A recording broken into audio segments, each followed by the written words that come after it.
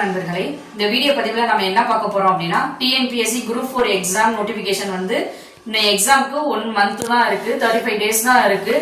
இப்ப நம்ம எல்லாருமே உட்கார்ந்து படிச்சுட்டு இருக்க முடியாது. ஆல்ரெடி ப்ரிப்பரேஷன் பண்ணவங்க நீங்க மாதிரி வினாத்தாள வச்சு நீங்க கொஸ்டின்ஸ் எல்லாம் போட்டு பாருங்க. இப்பதான் நான் ஃபர்ஸ்ட் டைம் அட்டென்ட் பண்ண போறேன் எக்ஸாம் அப்படின்றவங்க எதை எதை படிக்கலாம், எதை எதை ஸ்கிப் பண்ணலாம் அப்படின்னு மட்டும் பார்ப்போம். நம்மளுக்கு தமிழ்ல இருந்து மொத்தம் 100 கொஸ்டின்ஸ் கேக்குறாங்க. அது நம்ம 6th இருந்து 10th வரைக்கும் இருக்கிற நியூ புக்கை நல்லா படிச்சுக்கோங்க. ஓல்டு புக்ல இம்பார்ட்டன்ட் மட்டும் படிச்சுக்கோங்க. அதே மாதிரி 11th 12th இருந்தும் சில ஒரு இம்பார்ட்டன்ட் கொஸ்டின்ஸ் மட்டும் படிச்சுக்கோங்க. புக்ஸ் எல்லாம் யார் எழுதுனது, நூல்கள் எல்லாம் யார் எழுதுனது, அந்த மாதிரி கொஸ்டின்ஸ் மட்டும் படிச்சுக்கோங்க. ஜிஎஸ்ல இருந்து நம்மளுக்கு ஒரு 100 கொஸ்டின்ஸ் கேக்குறாங்க.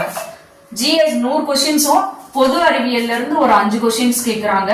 ஜியோகிராஃபில இருந்து ஒரு 5 கொஸ்டின் கேக்குறாங்க.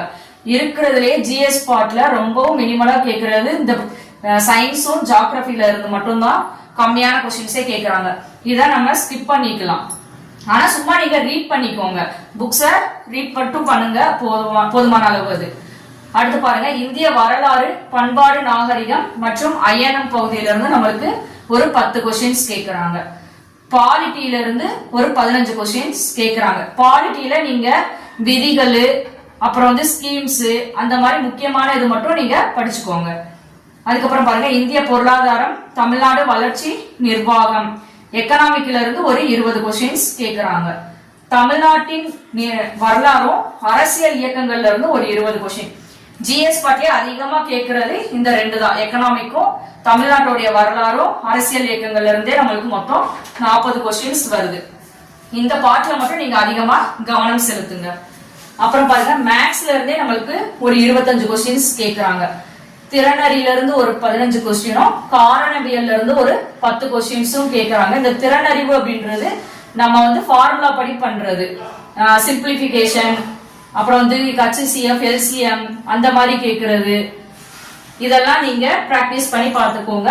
மாதிரி வினாத்தாள் இதுக்கு முன்னாடி கேட்ட டிஎன்பிஎஸ்சிக்கு 2022, 21 அதுல கேட்டிருந்த கொஸ்டின்ஸை மட்டும் நீங்க போட்டு பார்த்தாலே போதுமானது. அதுல இருந்தே நம்மளுக்கு ஒரு 5-6 கொஸ்டின்ஸ் வந்துடும். மொத்தம் நம்மளுக்கு 100 கொஸ்டின்.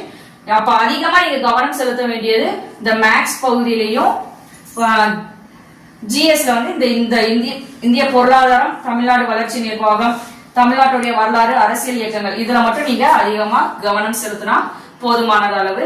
நம்ம பாரத் எக்ஸாம் அகாடமி சார்பா டிஎன்பிஎஸ்சிக்கு குரூப் 4 மெட்டீரியல் ப்ரொவைட் பண்ணிட்டு இருக்கோம். ஸ்கிரீன்ல தெரியுற வாட்ஸ்அப் நம்பருக்கு சேட் பண்ணியோ இல்ல கால் பண்ணியோ நீங்க மெட்டீரியலை வாங்கிக்கலாம்.